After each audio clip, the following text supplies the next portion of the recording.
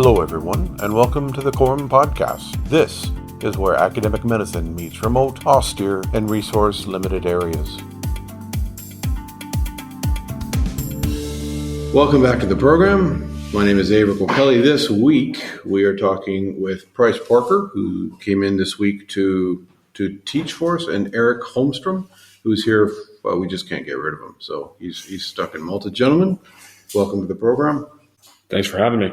Looking forward Thank to you, that. Aebhric. Yeah. So, Bryce, you came to me ages ago, and you said you wanted to do some time down here. So you did the APUS last weekend, and now you're doing the ICARE course, and then you're heading home tomorrow. Tell us, and this is your first time in Malta. So, how's your experience with the local clientele? So far, it's been phenomenal. The APUS course, I think, was well targeted towards the folks we had out. So we had multiple physicians from the UK, had medics from Germany, we had people from all over. I think the POI was exactly what it needed to be, and I think it addressed a lot of their concerns coming into the course. Moving into ICARE, I think intensive care in the austere environment is poorly understood and poorly practiced, and I think ICARE does a really good job of exposing physicians, medics, nurses to those skills, and I've really enjoyed teaching so far. Good deal. Why don't you introduce yourself and tell us a bit about yourself? Okay, so my name is Bryce Parker. I'm an 18 Delta over at 110, so Special Forces medic. I've been a Special Forces medic for about 7 years. Initially, I was over at 10 Main and deployed to CENTCOM multiple times. Then about 3 years ago, I moved out to Germany, and I've supported missions throughout the Balkans, mainly JSETs and like longer joint FID style missions. So how did we meet? We met at the SOF conference in Paris. Is that the first time? We did. So we texted a little bit once I found out about Quorum. I was actually looking for opportunities to go down to Tanzania. We discussed the MPT process a little bit and ran into some administrative headaches there. But moving on from that, I think we met in person the first time was the CMC over in Paris. And then you went down to Kibosho in Tanzania. I did. So I took leave over the summer and spent about 10 days in Kibosho. I cannot recommend it highly enough for 18 Deltas, paramedics, even physicians who want to go out there to help. I know Action Christ Ostafrika is there. So it's a German nonprofit organization. They mainly provide dental support, but I mean, there's a lot of visiting doctors. We had dental students come out from Spain while I was there.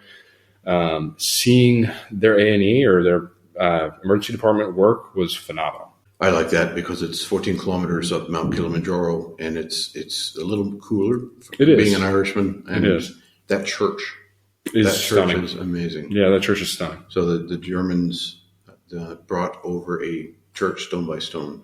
Actually, I think first time I was there was just before COVID, and I was with Jason Jarvis. We were teaching some doctors, HEMS doctors from flying in Kilimanjaro. And he took me up to Kibosho. We rented a Boda Boda, which is some kind of a motorcycle. Don't do it, it's a crazy motorcycle. But anyway, we went up there, and suddenly when I came up to Kibosho, I saw this church, and I couldn't believe my eyes. It's not a small church, it's a big, very big church. I don't know how they managed to build that up there. It's that turn, so you're kind of jungle-ish in northern Tanzania, and then you turn and having this looks like it's in Ireland. It looks like yeah, absolutely. I mean, not only that, but the backdrop is literally Kilimanjaro. So I mean, you can see the snows of Kilimanjaro framed against the church. So you've also toured around Kibosho. What was your thought on it? Well, I think that Kibosho, we were actually stationed and teaching down at KCMC in Mushi, and we went up just to have a look at that hospital, and I think that was a perfect place for ICARE, for people who has gone through the ICARE course, because that is it's very resource limited, and there's limited the doctors and nurses there, and I think that it would be a great experience for people to go up there, and if they could do some hands-on up there. Mm-hmm. I heard about that when I first went, Dr. DeMello, and I went there in 2016 looking at KCMC. And one of the docs said, you should go up to Cabocho. I'm like, Cabo where? Cabo where did? And we just kept going up and up and up and up and up and up, and then it just opened up into this amazing place. I mean, I like Moshi. It's like a second home as well, but Cabocho is kind of a special place, I think, on the planet. I agree. Absolutely. Yeah. Absolutely. So we're here in Malta. I've lived here. I've been coming here for 10 years, but the two of you haven't had that much. You've fourth trip down to Malta now, Eirik? Yeah, I've been there for 2 or 3 years now, teaching for Forum, and I just fell in love with the place. I was actually talking to my wife before going on this trip. What about renting an apartment and move down here? But we'll see. We'll see what happens. So what was your first time down here? What were you doing? My first time down here was T-Temps, I believe. I was coming down here just to observe, basically, and then you put me into some teaching. So, and you probably like it because you hired me again. So that was my first time up. I think it is a little bit over 2 years ago, just post-COVID. Because the thing that happened was that you had two instructors. You had Dr. Tom Allison and another instructor, me as an observer, and you with a big class, and then suddenly they got hit by COVID. So it was you and me.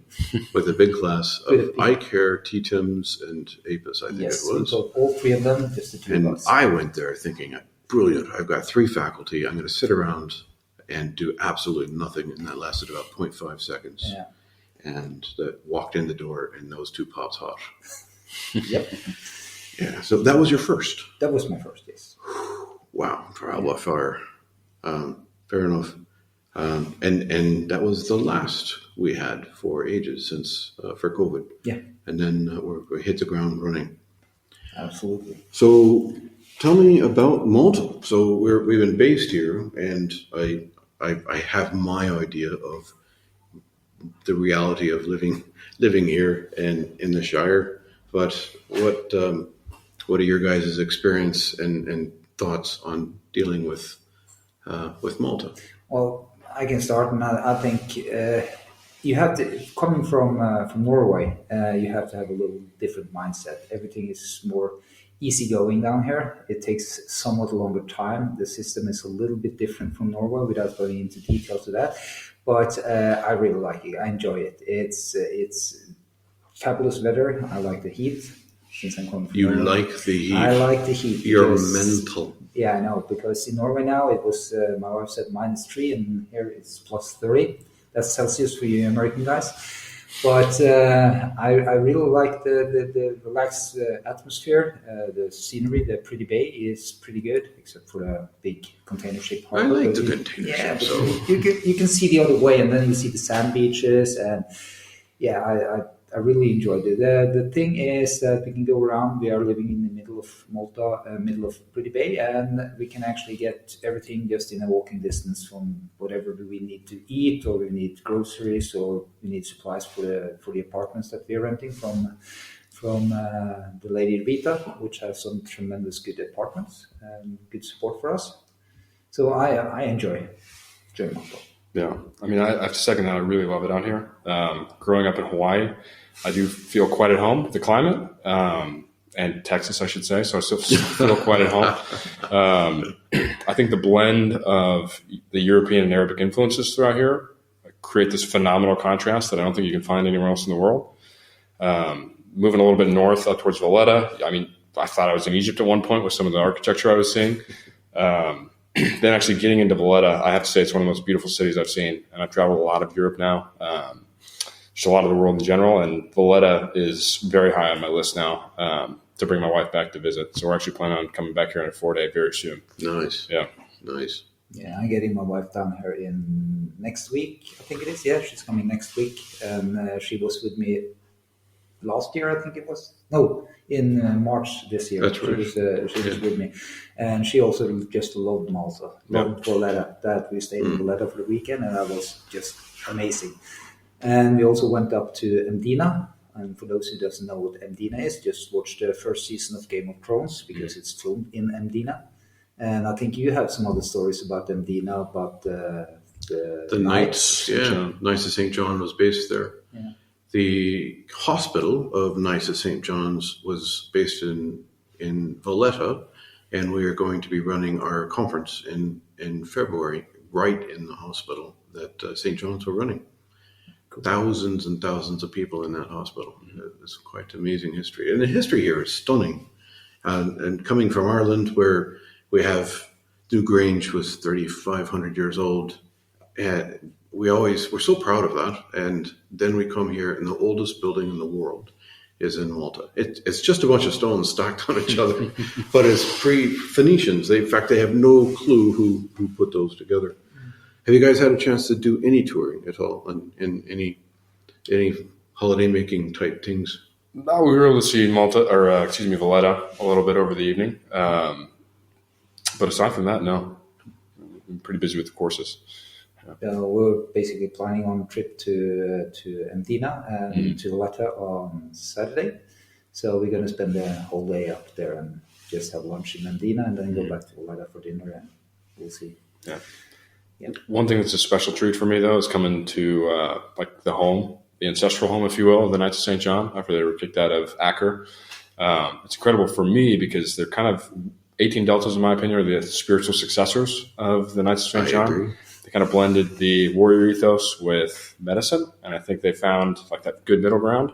And I think ideally, archetypically, if you will, the 18 Delta kind of fits that mold. I agree. And there's so many different things here in the island that where they stayed, houses where they stayed, or churches, or it's just everywhere. You turn a corner, like in Mdina, we turn a corner, and halfway up a wall is the emblem of the caduceus, the correct one, the one with one worm. And it's not a snake, right? It came from the original concept of guinea worm, of pulling the worm out of the leg, not the snake, but. So it's up there, and there's a sword, and there's a shield, and it was put up there 1400 something by the Knights of St. John, and it's still there. Yep. And then even in Pretty Bay, we've got Fort St. Lucian. Yep. I mean, right down the road. Yep.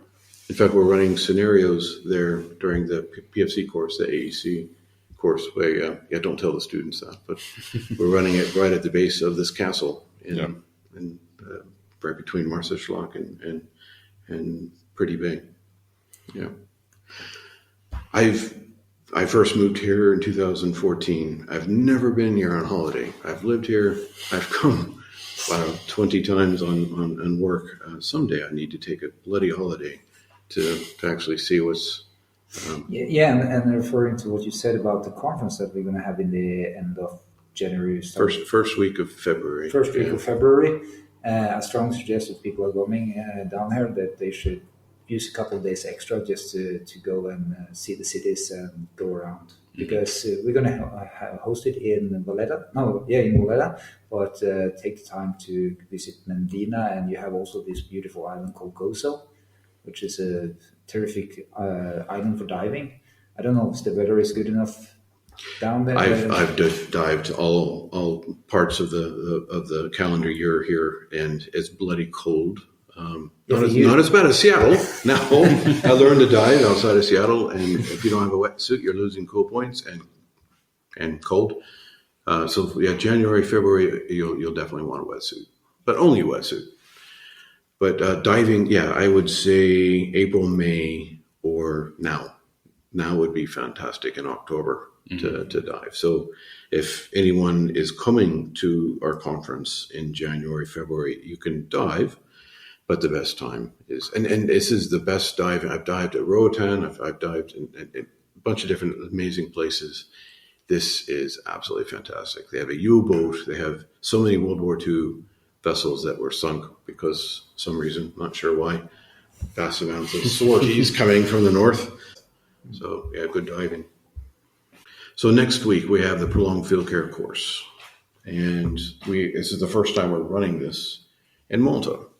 So we have a bunch of UN people coming in. We have 13, 14 people coming in, plus observers, and we're looking forward to running this in Malta because in Norway it's nice, but it's not really conducive for a resource limited environment. I mean, Norway, we had a 5-star hotel, we had catering, we had boats available to us. That was fantastic. But now we get to do it our way. Yeah, so in Norway we were cooperating with RS, Sjøredningsskolen for the Norwegian. It's a sea rescue school, one of the biggest medical educational facilities in the south of Norway. And they have all the 5-star hotels. They have all the equipment that we need.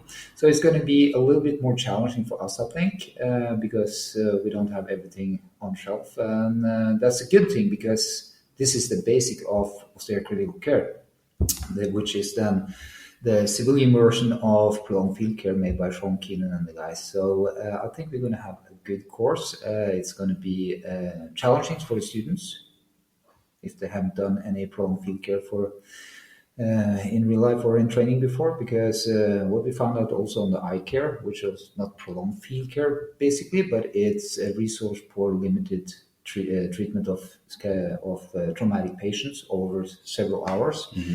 So I think it will be a good course, and we have good feedbacks from the Norwegian courses. So I think this is going to be great also.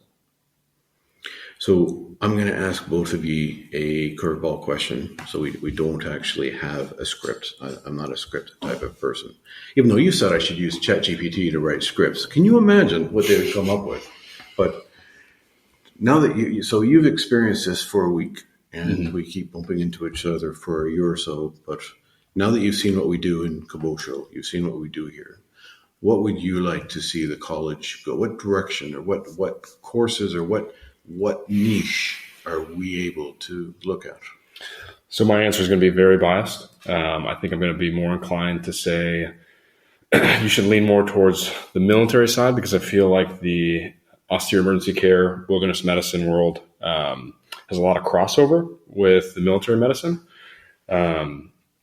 But that being said, I also acknowledge the fact that there are a lot of physicians, nurses, paramedics working with NGOs in conflict zones just throughout the world in resource-limited environments. So I think you guys have found your niche. And I think the biggest step that we can take going forward is just drumming up interest, getting people out here to experience the course. Eirik?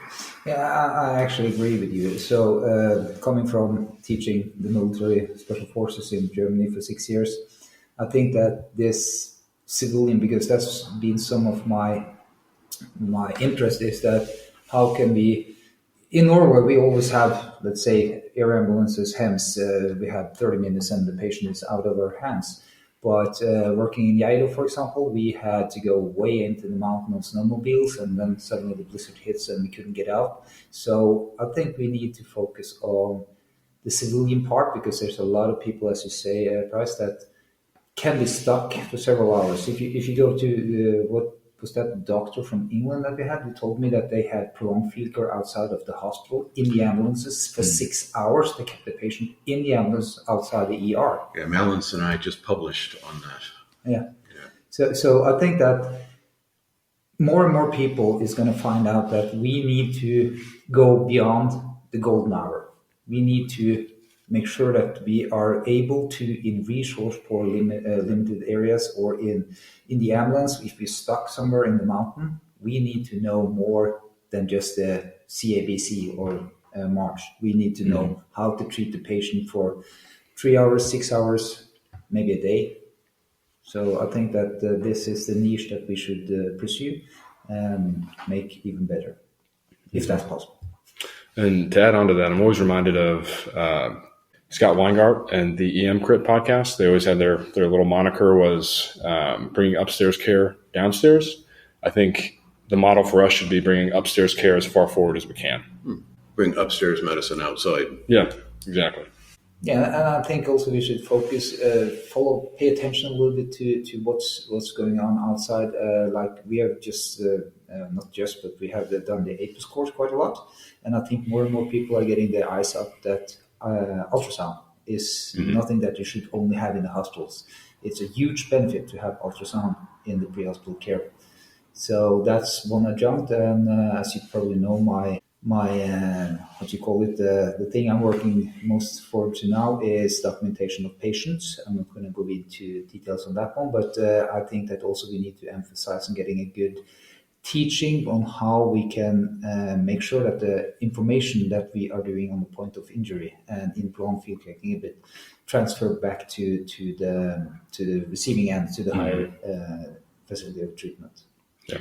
There's tons of data that's not being collected in these conflicts, and now we have a brand new one in Israel and Hamas that we need to learn what's working and what's not working in eastern Ukraine and other conflict zones, because then we as medical providers can better our game, isn't it? So we need to see what's happening on the ground, and then we learn what the deficiencies are. Yeah, because if we don't get the data from the point of injury and what has been done to the casualty, what kind of injuries did they have, how did they manage those injuries, and we don't have any research material. So we need to get the information backwards, and also not only into the receiving ends, we also need to get them into the research departments, or what you call it, the people who's going to investigate in it, to make sure that we get the best knowledge on what works and what doesn't work, and then change. If we don't learn from history, we're going to be doomed to repeat it. Yeah. So, any last thoughts on your experiences with Quorum, or where you are, what you're doing? So I do have one, and that would just be, there's a huge benefit that I've seen at CMC, both in Ulm and then in Paris. Combat Med Conference? Yeah, the Combat Med Conference. That I think that if we lean forward on, I think there'd be a real benefit for the rest of the medical community, which is just interoperability between us in the States and then different European partners, and making sure that like lessons are being shared between them. Because I mean, I know a lot of people are working on different problems. We've got like folks in Australia working on problems. We've got folks in Norway working on specific problems, and we have folks in the States working on specific problems. We have people working on problems all over. We just need to make sure that we're coming together at some point and sharing these lessons and making sure that we have a cooperative path forward.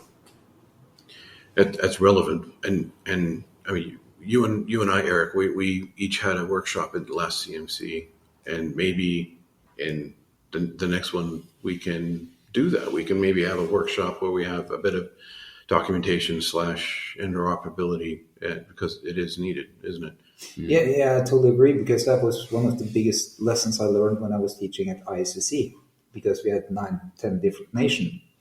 And just getting those people on board, talking the same language. English was the language we used in Germany, but getting those on board and get all the ideas and solutions that the different nation had to address different problems. It's one of the hugest benefit I learned from, was that interoperability between nations, because we are small nations, except from the US, but in Europe there are small nations, and we need to get together and solve the problems together, because we cannot do it alone as one single nation. And that's the good thing about this courses down here at Quorum, because we have people I've taught people from Bosnia, from US, from UK, from Italy, Ukraine, all over the world. And they are also giving me the feedback that the thing that working together with other nations, with other doctors from other communities, that is really beneficial for them. Well, thanks, lads. I'm cognizant of the time that there is pints waiting for us here in District 5 in Pretty Bay. And we have a hard day ahead of us tomorrow for the last day of the ICARE. But I appreciate your time for this evening. Thanks for having us. Thanks for having us. This has been a presentation from the College of Remote and Offshore Medicine. If you would like to earn CPD credits for this podcast, you can join the Council of Members. Being a member of the college gives you free CPD credit, free access to our virtual field guide, and discounts on our e-learning courses. You can join the team on our college website at quorum.edu.mt.